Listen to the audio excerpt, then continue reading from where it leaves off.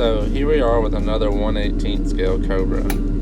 A guy reached out to me, and after several messages, we decided that reconstructing his 1/18 scale was going to be better than building a complete custom kit. I can't lie, I do think that these 1/18 scale cars are kind of amazing. They come open doors, open trunk, front and rear suspension work on them. Even the steering wheel works correctly, makes the wheels turn left and right. The hood opens, the engine's detailed, to some degree.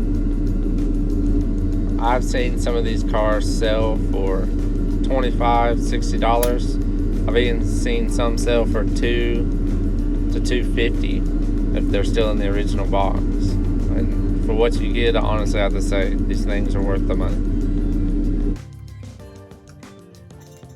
So in this video, I plan to show how I disassemble one of these cars.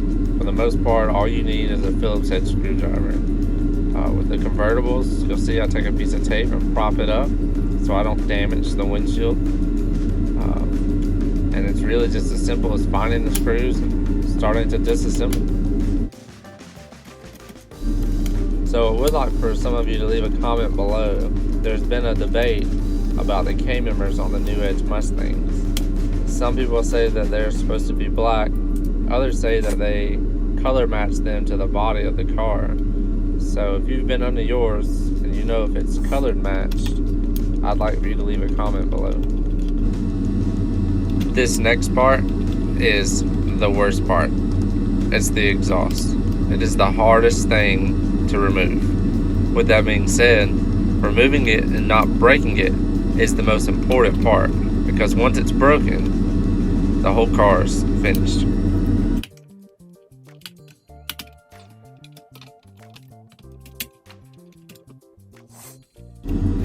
As I was taking the rear apart, I was thinking about painting the diff in an aluminum color along with the control arms to match a real car since they're aluminum parts. And then I got to wondering if these plastic pieces would even hold up to the paint that I use.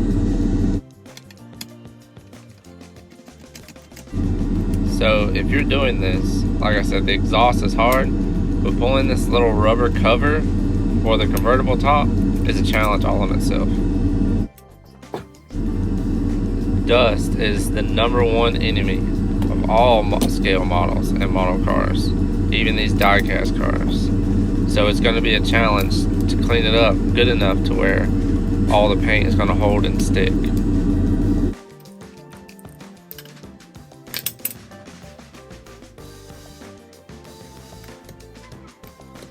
So you can see here a little better what I was talking about when I used the tape to prop the car up to keep from damaging the windshield. And as I was taking this door panel off, I was struggling to take the door panel off, I was noticing that the pocket that's inside the door panel was molded in solid.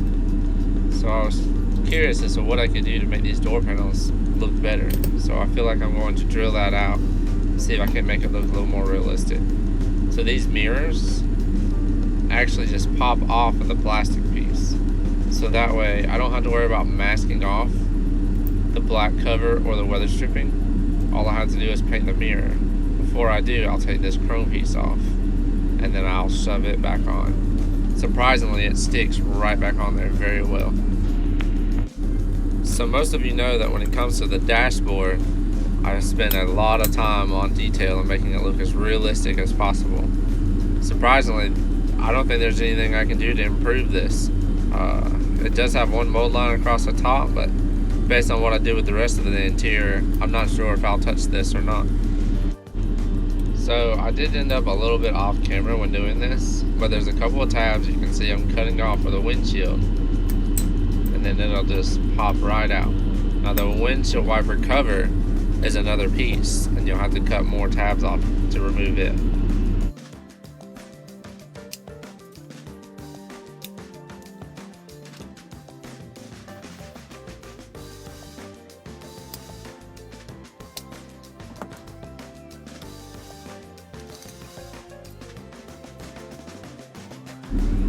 So here's an example of what I was talking about earlier, where the dust can kind of ruin the car. You can see where the windshield wipers were sitting, but at the same time, it's kind of neat because it shows you how old these kits are, and they can be very rare to find that are actually for sale. So I'm going to speed through removing the brake lights and the side lights, and, the headlights, the front bumper. I've never really liked these grills, and also the vents on the hood. Just try to go ahead and wrap this video up.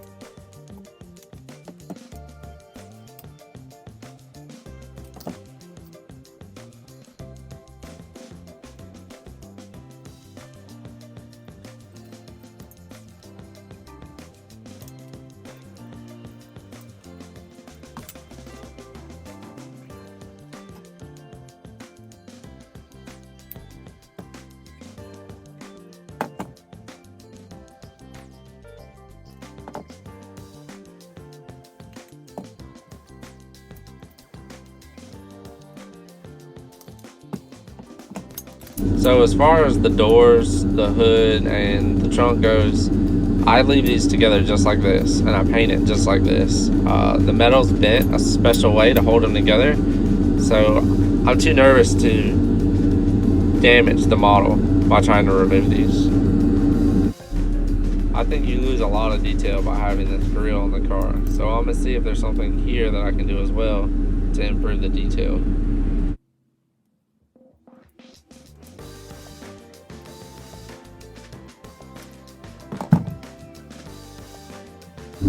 So if you've made it this far in the video, leave a comment below letting me know which process you want to see next.